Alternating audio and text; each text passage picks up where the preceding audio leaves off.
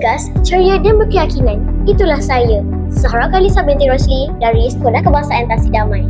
Hari ini saya berdiri bukan sekadar sebagai seorang murid, tetapi sebagai pencinta ilmu yang percaya bahawa buku adalah jendela dunia. Saya diberi amanah sebagai Ketua Pengawas Pusat Sumber, Pengerusi Kelab Bahasa dan juga Naib Pengerusi Permainan Badminton. Satu tanggungjawab yang mengajar saya erti kepimpinan dan disiplin.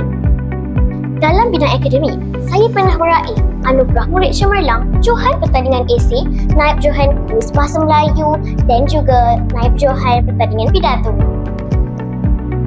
Namun, dunia saya bukan sekadar dalam kelas. Saya aktif dalam kelab bahasa, pasukan bahas dan juga wartawan TV PSS dan pernah mengharumkan nama sekolah dengan pertandingan sajak, pidato dan pertandingan video kreatif peringkat kebangsaan. Di luar sekolah, saya gemar menyumbangkan bakti kepada masyarakat. Saya terlibat dalam program membaca bersama kanak-kanak dan aktiviti khidmat masyarakat.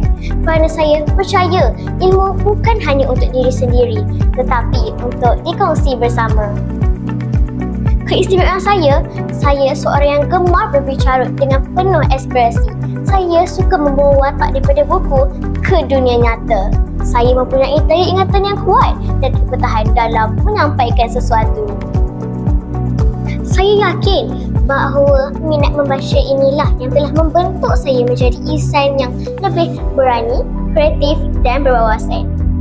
Dengan semangat berkobar-kobar, saya sedia membawa anda menyelami dunia buku yang penuh keajaiban. Terima kasih.